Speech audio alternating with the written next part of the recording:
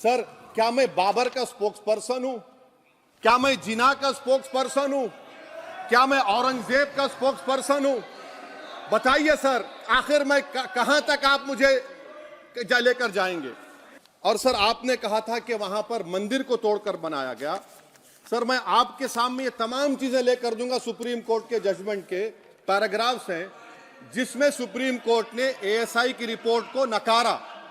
उन्होंने कहा कि मंदिर को तोड़कर मस्जिद नहीं बनाई गई थी। सुप्रीम कोर्ट ने कहा, ये सुप्रीम कोर्ट ने कहा। अब और मैं रख दूंगा, आप पढ़ लीजिए, आप पढ़ लीजिए। अच्छा सर, मैं अपनी तकरीर पर आ जाता हूं, मैं अपनी तकरीर पर आ जाता हूं सर। तो मैं अपनी बात कर देता हूं सर। तो मैं ये पूछना चाह रहा हूं कि क्या मोदी सरकार एक समुदाय, एक मजहब की सरकार है या पूरे देश के मजाहिब को मानने वालों की सरकार है? जिसको नहीं मानते उनकी सरकार है? हमको बता दीजिए। क्या मोदी सरकार सिर्फ एक फिक्र और नजरिया हिंदुत्व की सरकार है? क्या इस देश का, इस गवर्नमेंट ऑफ इंडिया का कोई मजहब है? इस वतन अजीज सबके मजहब को मानता है। सर, मेरा मानना है कि इस देश का कोई मजहब नहीं है। क्या ये सरकार 22 जनवरी का पैगाम देकर ये बताना चाहती है कि एक मजहब को दूसरे मजहब के मानने वालों पर गलबा और कामयाबी मिली? क्या आइन इसकी इजाजत देता है? क्या ये पैगाम आप जब ऐवान से दे रहे हैं तो 17 करोड़ मुसलमानों को आप क्या पैगाम दे रहे हैं, ये मैं आप पर छोड़ता हूं। सर, 49 में धोखा हुआ, 86 में धोखा हुआ, 92 में धोखा हुआ, 2019 और 22 में भी इस ऐवान के जरिए हमको धोखा दिया जा रहा है। और अफसोस के साथ कहना पड़ता है सर कि मुस्लिम अक़लियत को हमेशा ये कहा गया कि तुमको भारत के शहरी बरकरार रहने के लिए एक बहुत बड़ी कीमत तुमको चुकानी पड़ेगी, और हम पर इल्जाम लगा दिया गया। सर, क्या मैं बाबर का स्पोक्स पर्सन हूं? क्या मैं जिना का स्पोक्स पर्सन हूं? क्या मैं औरंगजेब का स्पोक्स पर्सन हूं? बताइए सर, आखिर मैं कहां तक आप मुझे लेकर जाएंगे?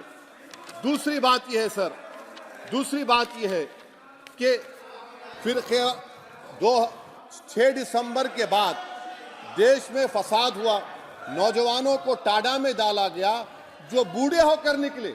यकीनन आपकी सरकार नहीं थी, आपकी सरकार नहीं थी। अच्छा, बल्कि मैं तो मर्यादा पुरुषोत्तम राम की इज्जत करता हूं, मगर मैं नाथूराम गोडसे से नफरत करता हूं। मेरी नस्लें नफरत करती रहेंगी क्योंकि नाथूराम गोडसे ने उस शख्स को गोली मारी जिसके जबान से आखिरी लफ्ज निकले, हे राम। सर, छठी बात यह है कि 87 में मलियाना हाशिमपुरा हुआ, 83 में नेल्ली हुआ, 44 में जम्मू में नस्ल कशी हुई, 2022 में हल्दीवानी में कत्ल हुआ। इतने धोखे सबसे बड़े किसको दिए गए? असदुद्दीन ओवैसी को दिए गए। मगर फिर भी मुझसे ही कहा जाता है कि वफादारी को तुम साबित करो अपनी ओवैसी। सर, आज भारत के 17 करोड़ मुसलमान अपने आप को अजनबी और एलिनेट महसूस कर रहे हैं। मैं बहुत बड़ी नाइंसाफी होती है। सर, ये कोई तारीखी नाइंसाफी को इंसाफ नहीं किया जा रहा है। स्पीकर बल्कि अंग्रेजी में स्पीकर सर, केवल एक प्रश्न का जवाब ओवैसी साहब दे दें कि बाबर को वो आक्रमणकारी मानते हैं या नहीं मानते? पुष्पमित्रा संघा को आप क्या मानते हैं? बताओ, पुष्पमित्रा संघा को आप क्या मानते हैं? जम्मू के वो, कश्मीर के वो राजा को क्या मानते हैं जिसके पास एक फौज थी मंदिरों को तोड़ने के लिए? आप क्या मानते हैं? यही तो मैं कह रहा हूं कि निशिकांत दुबे 47 में आजादी मिली, असदुद्दीन ओवैसी से बाबर की बात पूछ रहे हैं। तुम गांधी की बात पूछते, तुम बोस की बात पूछते, तुम जलियांवाला बाग की बात पूछते, तुम काला पानी में जो मुसलमान शहीद हो गए उनकी बात पूछते, मगर बाबर की बात पूछी जाती है। तो सर, मैं आपको बता रहा था, खामखा डिस्टर्ब किए सर, मुझे मेरा वक्त ले लिए निशिकांत दुबे। सर, मैं आपसे कह रहा था, मोदी हुकूमत ये पैगाम दे रही है भारत के मुसलमानों को कि जान बचाना है या इंसाफ चाहते हो। मैं कह रहा हूं, मैं भीख नहीं मांगूंगा। मैं इस नंगी तासुब को कबूल नहीं करूंगा। मैं दूसरे दर्जे के शहरी के मौक़िफ़ को कबूल नहीं करूंगा। मैं अपनी शनाख्त को नहीं मिटने दूंगा। अब मैं झूठी और दिल फरेब बातों पर हरगिज भरोसा नहीं करूंगा। मैं वो काम नहीं करूंगा जो बीजेपी और नाम निहाद सेकुलर पार्टियां चाहती हैं। मैं वो काम करूंगा जो आपको पसंद नहीं है, संविधान के दायरे में रहकर।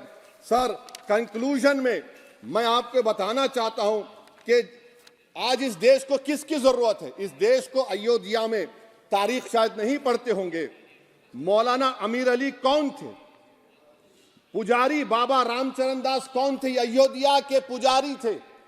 दोनों ने मिलकर अंग्रेजों के खिलाफ जंग लड़ी थी और दोनों ने, अंग्रेजों ने इनको गिरफ्तार किया और एक पेड़ पर मौलाना अमीर अली को और पुजारी रामचरण दास को फांसी दे दी गई। देश को इनकी जरूरत है। देश को शंभू प्रसाद, अचन खां, ये राजा देवी बख्श सिंह के फौज में थे, अंग्रेजों से मुकाबला किया। मुसलमान की लाश को जला दिया गया और शंभू प्रसाद को दफना दिया गया। इस देश को यह जरूरत है।